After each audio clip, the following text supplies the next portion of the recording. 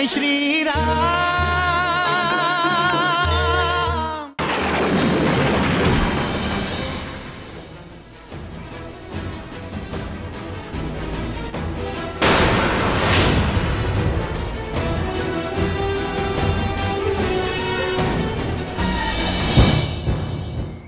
का भइल? ई कोलाहल कैसन? कोनो महान वीर के हाथ बाहर कटल गिरल पड़ल बा। हमार पति तो युद्ध में गइल बाड़े।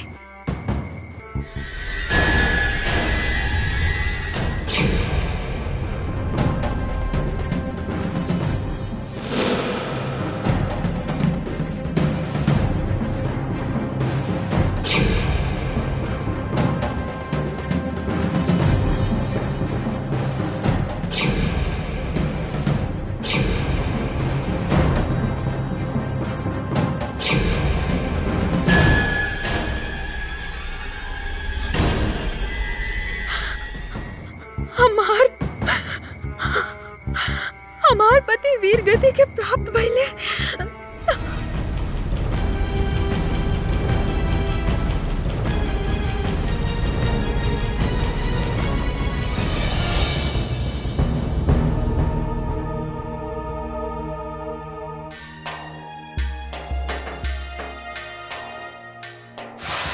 हम राउर और लंका के कल्याण खातिर यह कहे आइल बनी कि रउआ सीता के मोह त्याग के राम के शरण में चल जाई। इंद्रजीत पिताश्री मनुष्य ना, स्वयं नारायण के अवतार हमें।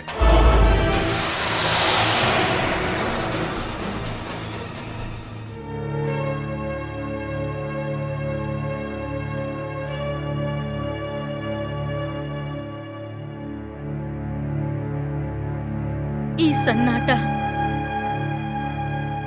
महाबली रावण के कक्ष के ई चुप्पी,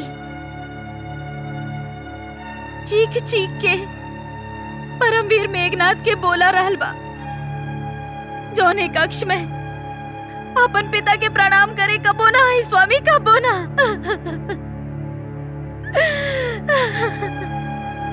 ई सन्नाटा शोक मना रहल बा, लंका के राजवंश के अंतिम कुल दीपक के बुझे के। हमार पुत्र रउआ से कहले रहे कि राम से शत्रुता त्याग दी, वो अवतारी पुरुष हुए। हमार पुत्र रउआ से स्पष्ट शब्द में कहले रहे स्वामी कि रउआ उनका शरण में चल जाई। लंका के विनाश से बचावल चाहत रहे स्वामी। शत्रु दल में होके वाला जहनाद लंका के दीवारन से टकरा टकरा के कह रहल बा कि हमार पुत्र मेघनाथ अबे धरती पर ना रहल स्वामी। रणभूमि में गूंजे वाला मेघनाथ के गर्जना आप कबो सुनाई ना दी। ये चुप्पी हमार ममता के खाली आंचल दिखा दिखा के कह रहल बा कि हमार पुत्र मेघनाथ अब हमारा आंचल के साया में कबो ना आई स्वामी, कबो ना।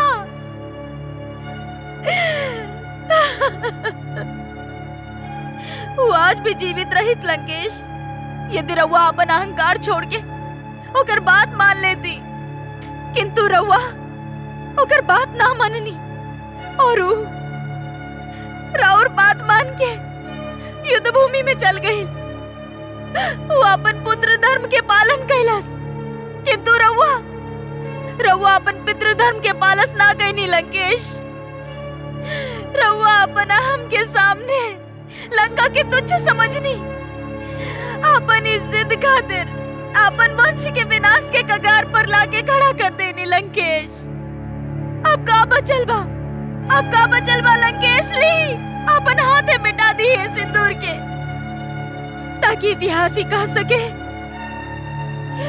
कि एगो पराया स्त्री खातिर चारों वेदन के ज्ञाता परम ज्ञानी दशानन अपन पत्नी के सुहाग के बलि दे देले, और केहू जीवित रहे ना रहे, किंतु राउर यश कीर्ति सदा जीवित रही।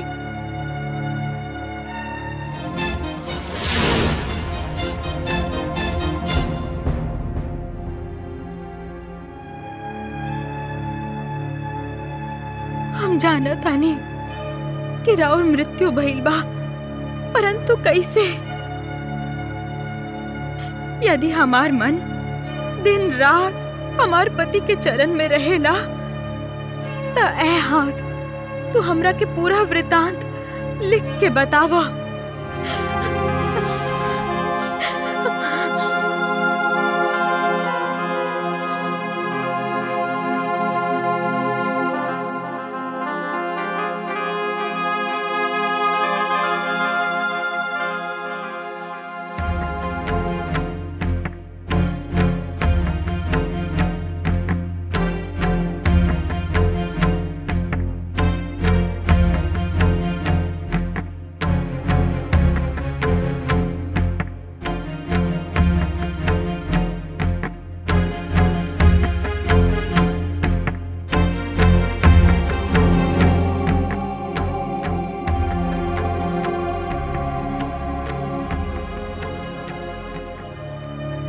हमार मृत्यु लक्ष्मण के हाथ भइल बा।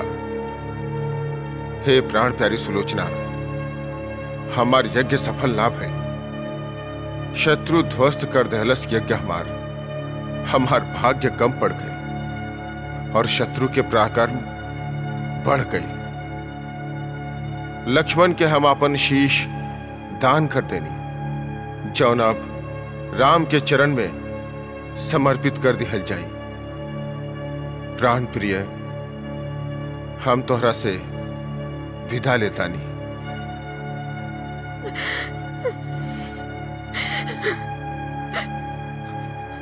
जे ऐरावत सहित इंद्र के युद्ध में उल्टा गिरा देले रहे, ओकरा के आज मानव लक्ष्मण रणभूमि में मार डालस।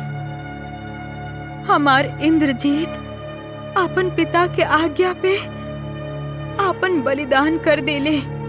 प्राणेश्वर, रउआ के शत शत प्रणाम। लक्ष्मण भैया की जय, लक्ष्मण भैया की जय, लक्ष्मण भैया की जय, लक्ष्मण भैया की जय, लक्ष्मण भैया की जय, लक्ष्मण भैया की जय, लक्ष्मण भैया की जय, लक्ष्मण भैया की जय।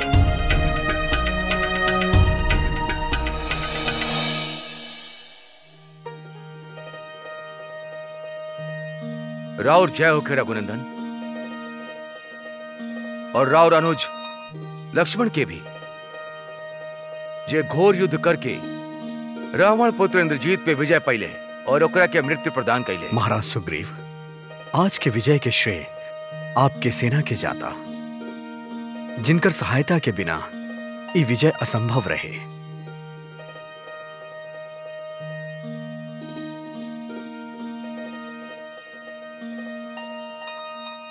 तहार वीरता पे हमके सदा गर्व रहल बा, और अभी अभी महाराज सुग्रीव तहार पराक्रम के बारे ना भैया, एकरा में हमार कोनो पराक्रम नहीं है, सब राउर श्री शरण के प्रताप है।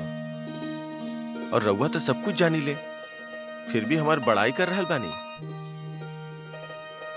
विनम्रता वीर के आभूषण होखेला लक्ष्मण, परंतु आज के विजय के श्रेय महाराज विभीषण के जाता। काहे कि गुप्त मंत्रणा हमनी के ना देतन तो हमने इंद्रजीत के यज्ञ असफल ना कर पाईती। भैया, यद्यपि इंद्रजीत आज जीवित नहीं खे, परंतु युद्ध में एकर वीरता, एकर रण कौशल, एकर मनोबल अद्वितीय रहे। यदि इंद्रजीत यज्ञ सफल कर लेहस तो ये अजय हो जात।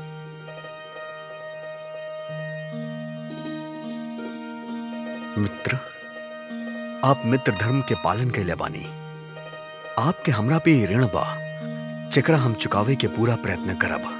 ऐसन कह के रउआ हमरा के लज्जित मत करी प्रभु। मेघनाथ इंद्रजीत के वध त्रिलोकी में केहू के हाथे संभव ना रहे। वीर लक्ष्मण जैसन त्यागी और तपस्वी योद्धा ही मेघनाथ के मर्दन कर सकत रहले।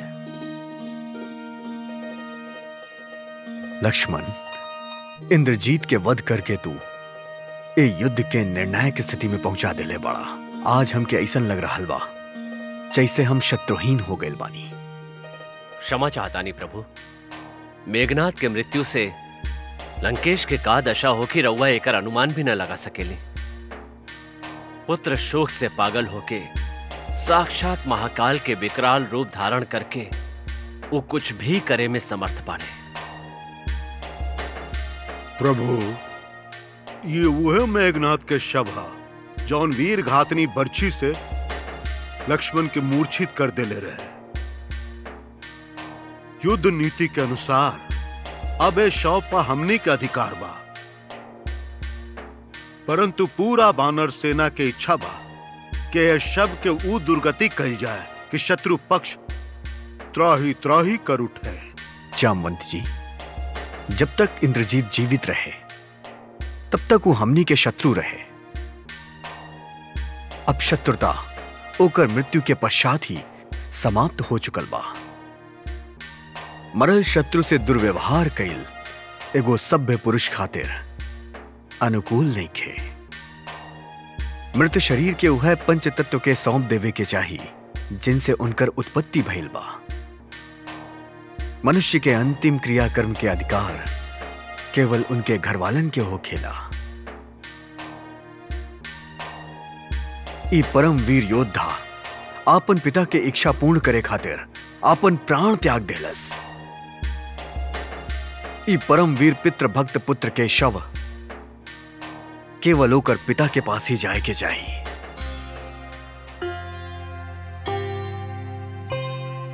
दिया राम ने वीर को वीरोचित सम्मान, अंग वस्त्र अपना किया सादर से प्रदान, रखा वीर का मान।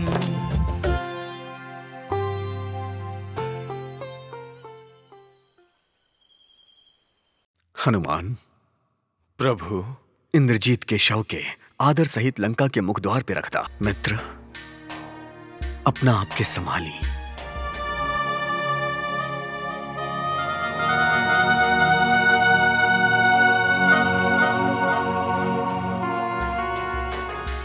द्वारपाल, ये लंकेश रावण के पुत्र मेघनाथ के शव है जौन हमनी प्रभु श्री राम की आज्ञा से आदर सहित लौटा रहल बानी, ताकि लंकेश रावण आपन इच्छानुसार एकर अंत्येष्टि कर सकस। प्रभु श्री राम के संदेशा बा, हमनी तब तक आक्रमण ना करब। जय श्री राम। नीचे रखा एकरा के।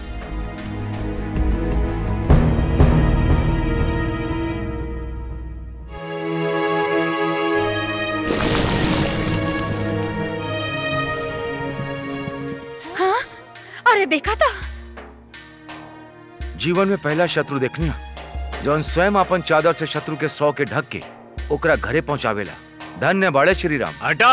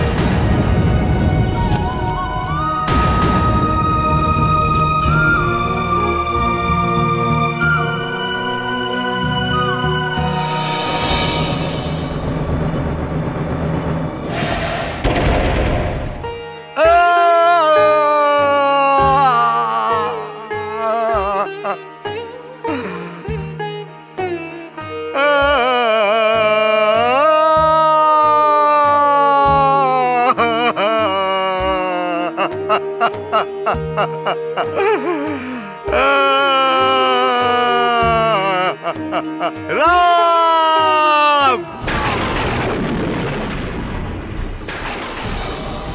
तहार प्राण के अब केहू नहीं के बचा सका।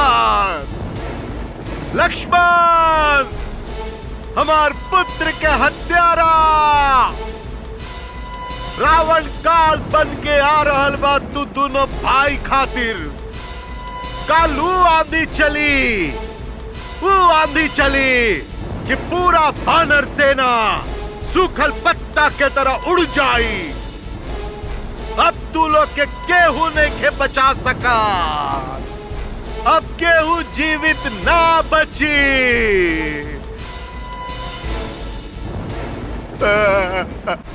पुत्र इंद्रजीत, हमार इंद्रजीत ना बाचल।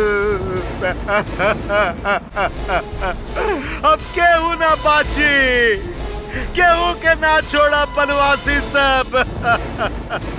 तीनों लोग के ध्वस्त कर दे।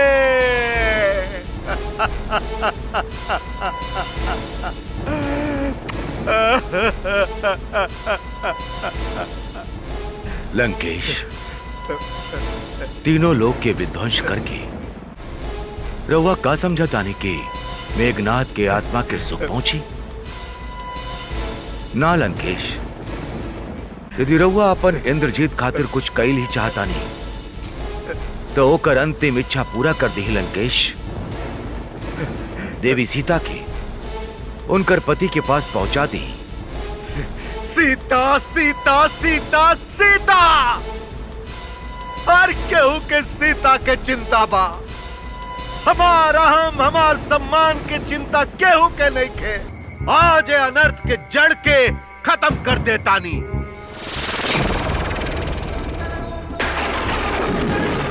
सभे अनर्थ के जड़ सीता बिया। हमार पुत्र इंद्रजीत के मृत्यु के कारण सीता बिया। तो आज ये पिशाचनी के यमलोक पहुंचा देतानी। जौना प्रकार हमार एक एक योद्धा यमलोक पहुंच गईले, आज सीता भी पहुंची। ठहरी लंकेश, ठहरी दशानन। दानवराज, यदि रउआ हमार ससुर न होती तो जौन हाथ से रउआ रावण के हाथ पकड़ ले बानी, ये हाथ के काट दिहल जाए। दशानन तनिक सोची। भगवान शिव द्वारा देल गई चंद्रहास से एगो निर्बल नारी के वध करे में का रउआ यश मिली?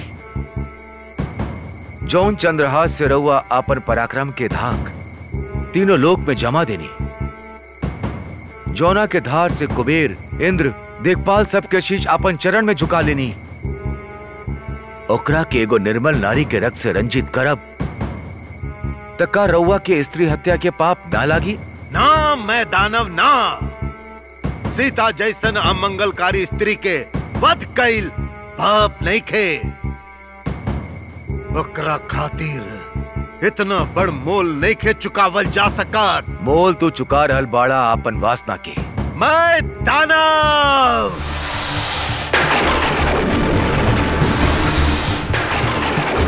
झूठ कहा तानी का? ऐसन कौन रत्न जड़ल बा ओ स्त्री में जेकरा खातिर तू आपन सगा संबंधी, आपन सेनानी, आपन पुत्र, आपन भाई के युद्ध के अग्नि में झोंक देला? कितना बार तहरा के समझावल गई कि सीता के ओकर पति के पास पहुंचा दा, लेकिन तू केहू के बात ना मनला और आज तू ओ स्त्री के वध कैल चाहताड़ा।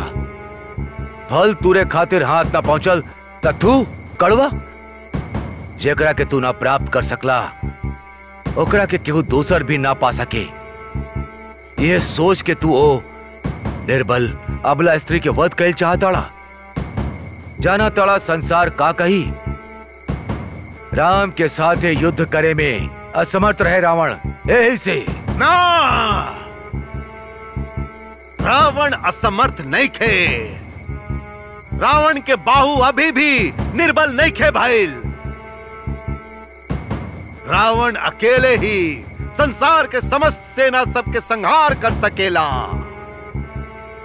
काल हम अपन अजय रथ पर युद्ध भूमि में जाइब। कालू दोनों भाई राम और लक्ष्मण के वध निश्चित बा।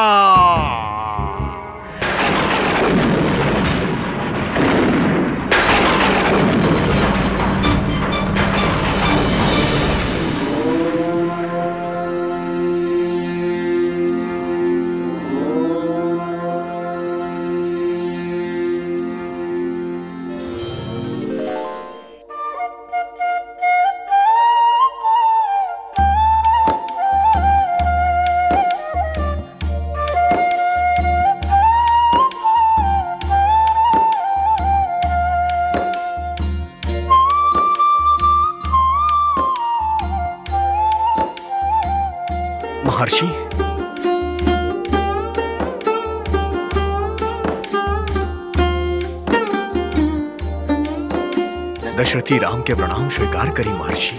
यशस्वी भव, विजयी भव, चिरंजीवी भव। आसन ग्रहण करी महर्षि।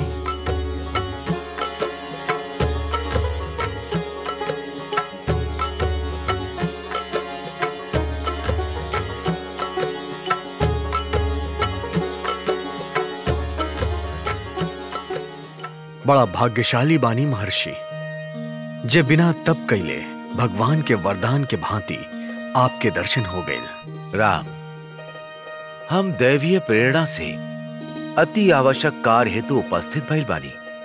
आज्ञा महर्षि। राउर धर्म युद्ध अब अंतिम चरण में बा। हम जाना तानी महर्षि, कल के युद्ध में हमार और रावण के सामना होगी, और कल के युद्ध महाविनाशकारी होगी। राम, रावण महाबली है। हाँ महर्षि, हम जाना तानी। रउए तरह वो अस्त्र सिद्ध हा। तीनों लोक में ऐसन कोनो अस्त्र नहीं खे जेकर ज्ञान रउआ और रावण के नहीं खे। सब अस्त्र रउआ के अधीन बा। परंतु राम, रावण प्रकांड मायावी हा।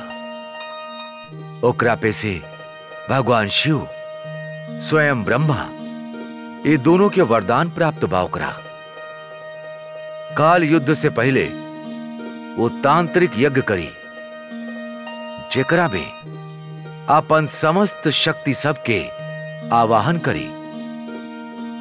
यही से हमरा दैवीय प्रेरणा भइल बा कि युद्ध से पहले हम रउआ के आदित्य हृदय स्तोत्र के शिक्षा प्रदान करी। ए स्तोत्र के दैवीय शक्ति से रउआ मायावी राक्षस सबसे सुरक्षित रहा। जौना हेतु राउर अवतार भइल बा, ओकर सफलता खातिर ए युद्ध में राउर विजय होखल परम आवश्यक बा। यही से एक कल्याणकारी स्तोत्र के हमारा साथे साथे उच्चारण करी और एकरा के ग्रहण करी।